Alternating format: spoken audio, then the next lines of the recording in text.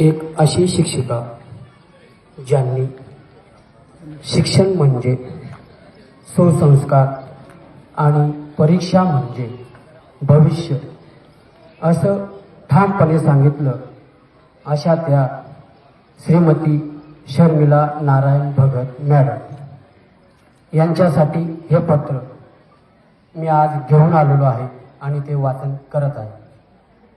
Madam, कधी बोलून झालं नाही, पण मनात होतं काय म्हणून आज वाचतोय।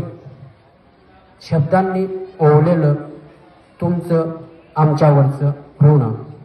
मॅडम, तुम्ही फक्त शिकवलं नाही, सजवलं, घडवलं, उभं केलं स्पर्धा परीक्षांचं यशाचं साम्राज्य।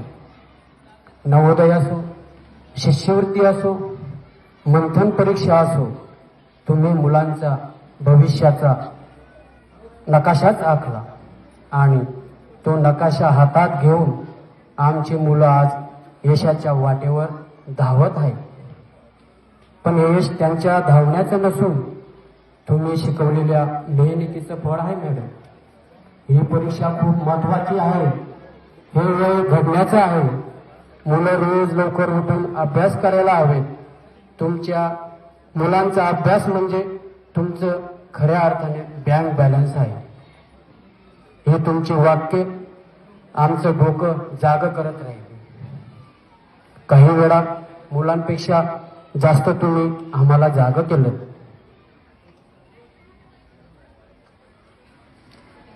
पालकांनी रोज पाठांतर घेतलं का मेसेज करा, हा आग्रह नाही, ही फक्त जबाबदारीची आठवण होती। आम्हाला म्हणालात, मी मुलांचा अभ्यास ग्रुपवर निकाल टाकणार आहे, कमी गुण मिळाले तर पालक म्हणून वाईट वाटेल ना? हो मॅडम, खरंच वाईट वाटेल, कारण तुम्ही वर्ग शिक्षिका न होता शाळेतील दुसरी आई होता। तुम्ही गणित घेतलं, बुद्धिमत्ता शिकवलं, व्याकरण शिकवलं, पण त्या शब्दांमागे शिकवलं कृती, जबाबदारी आणि सचोटी। आरोग्य सांभाळा, घरचा आहार घ्या, अभ्यास करा, हा तुमचा एकाच वेळी प्रेमळ आणि कठोर आदेश आमच्या आजही घुमतो कानात। मुलांना पेपर दिले, गुण दिले, पण त्यामागे दिलं भविष्य। आज आमची मुलं नवोदयमध्ये गेली, शिष्यवृत्तीत मेरिटमध्ये आली, मंथनमध्ये राज्यात नावलौकिक मिळवलं। हे आम्हा पालकांचं स्वप्न होतं, पण त्याची पूर्णत्वाची जबाबदारी तुम्ही घेतली।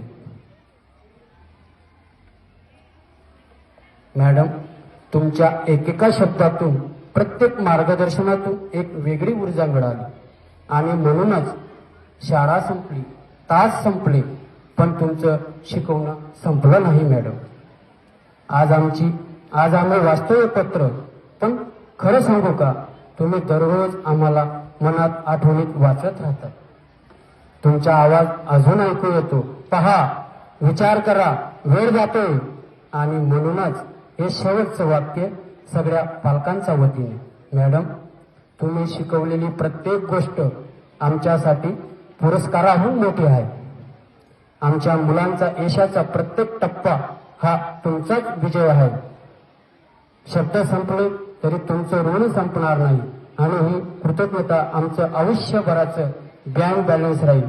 वाचलेलं आहे आणि कायम हृदयात जपलेलं आहे। धन्यवाद।